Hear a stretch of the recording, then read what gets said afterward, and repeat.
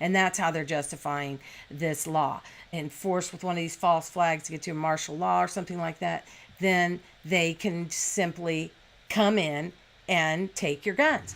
You've reached Lisa Michaels. I've been watching all the stuff, and I feel like I'm in the middle of a 24 episode. I don't know if you feel that way, but I feel like I'm in the middle of a 24 episode. So, I wanted to talk a little bit about that. I'm just a righteous kind of gal. I just don't like people that are doing things that are lying to the people of the law, the media. And I used to report, I called them accountability shows. I was actually offered a job by the CBS affiliate in Portland, and they reneged on it and took it back. The owner of the corporation took it back when he found out that I was a conservative. I said, nobody's doing a conservative talk show. Maybe you want to do that. He said if I wouldn't put any conservatives on any of my stations, even if they got 100 share. That means 100% of the people are watching your show. But if it's a conservative show, they don't want you on the air. So it's all a big propaganda machine. They're all propagandists. The news media is not meant to inform you. It's meant to indoctrinate you. So you've got to go out. It's a lot more work. You've got to go out to alternative news reporters like myself and other people out there that are telling you what's really happening. So I wanted to discuss on this unreported news episode here, I want to talk about the gun grabbers. These false flags attacks that they've had, and I believe Las Vegas, I don't see how you cannot think the Las Vegas one was a false flag. False flag does not mean people didn't die. Yes, of course people did die. False flag means they're trying to give gin up an excuse, because it worked really well in Australia. They did that. They had some sort of massacre and everybody felt so badly they willy-nilly started giving up all their guns and said no, now it's illegal to own guns in Australia. So gun crime gets to go up because everybody's unarmed. I spoke at a gun rally when I was in Oregon. I said gun-free zones, they're like shooting galleries, because you've disarmed all the victims, and so nobody can defend themselves and shut down the crazy who's shooting off the guns. So I think we should double down. I think we should all go out and encourage everybody to exercise their Second Amendment and arm up and make it work against them, so they stop doing these horrible false flags, these evil people, to try to take our guns away, because they can't take over the country until they take our guns away. The guns are not to go hunting. The guns are to protect us from an evil government. And they like to do these things. I saw this. I've been hot on the trail for election fraud for many, many years, since 2000 when I first ran for office and discovered that hundreds of people were registered to vote at small little houses where only one person could live, and just launched me on this odyssey, which concluded with me suing the now governor of Oregon, Kate Brown, and my attorney was the candidate that was running for attorney general at the time of the lawsuit, because he knew he was not going to win his attorney general race if they were allowed to rig the elections through the election machines. So we were simply asking them to adhere to the law that was already on the books by the state legislature, and the judge said that you don't have to adhere to the laws, because guess what? You might not get reelected, which means I might not get reappointed, which means the corruption just goes on and on and on. So this was really scary. I never really looked into this, and apparently it's a few months old, but you got to check this out. This is ORS. This is Senate Bill 719 from Oregon, and it allows you to, the law enforcement officer, here's what happens. A law enforcement officer or a family or household member may file a petition requesting that the court issue an extreme risk protection order enjoining the person from having in the person's custody or control, owning, purchasing, processing, or receiving, or attempting to purchase or receive a deadly weapon. An extreme risk protection order petition shall be heard by a court and issued or denied on the same day the petition is submitted to the court, or on the judicial business day immediately following that. Okay, this thing, look it up, Oregon Senate Bill 719. It allows them, see, look at this. Let me read this salient part.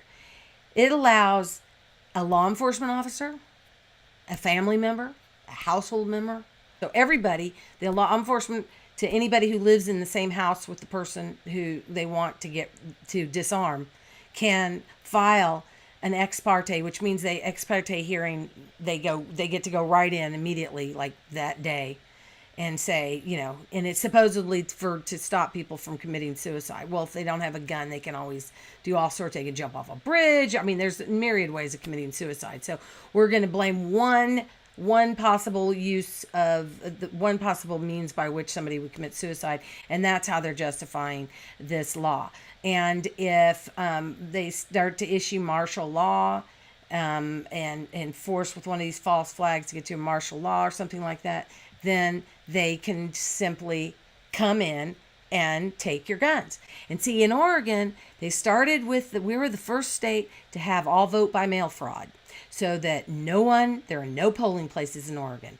You can go down to your county elections office if you want to and pull up to one of those booths, but there's no polling places. There's no security. So dogs, cats, long dead relatives, underage children, cartoon characters, and illegal aliens are all the ones that determine the outcome of the elections in Oregon. So that's the precursor to that. Then in Portland area, they did the urban growth boundaries.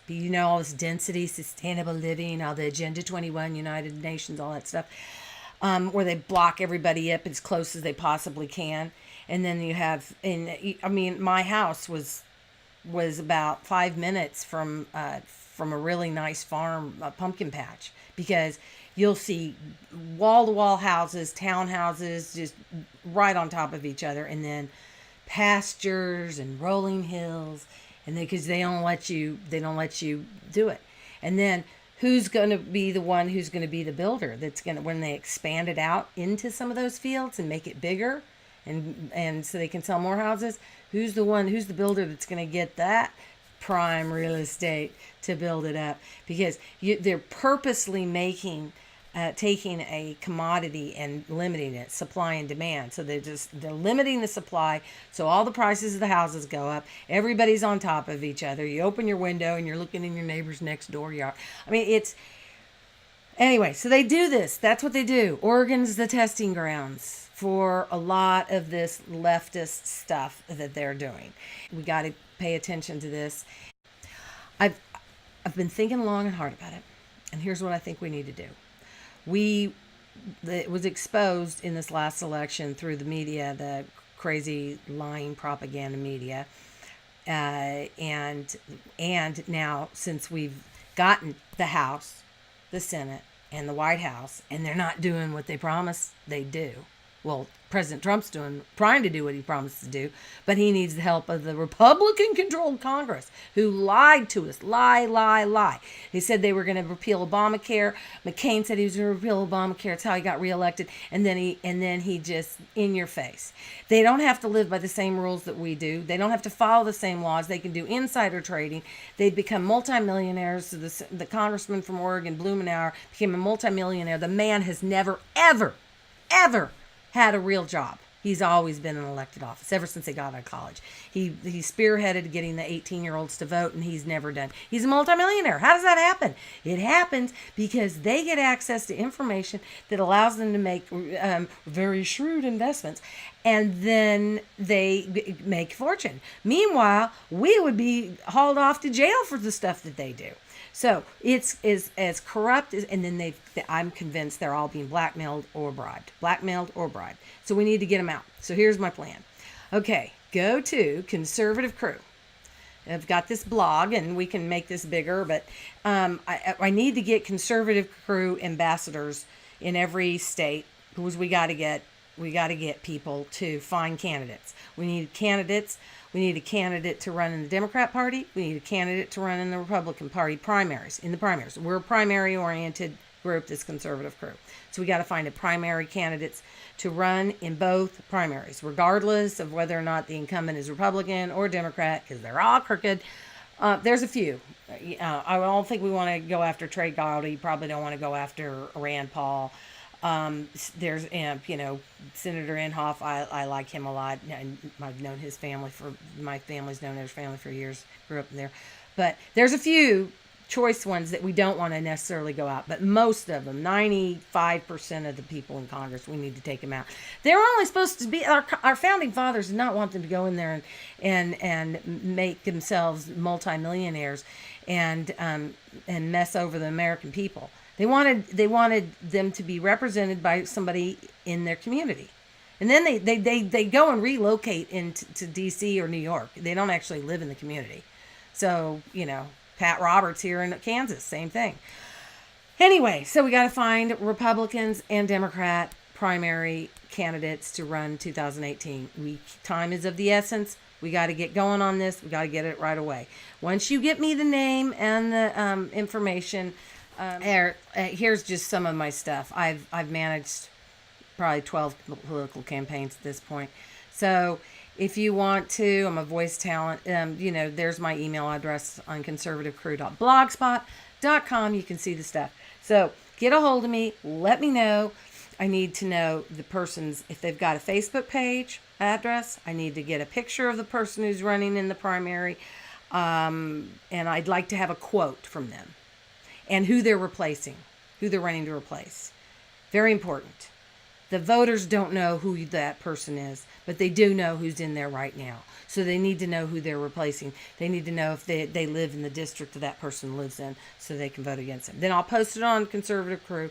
Maybe we can get some other Conservative Crew sites out there and really, drain that swamp in Washington, D.C. Well, conservativecrew.blogspot.com or conservativelisa.blogspot.com. or Twitter, Conservative Lisa.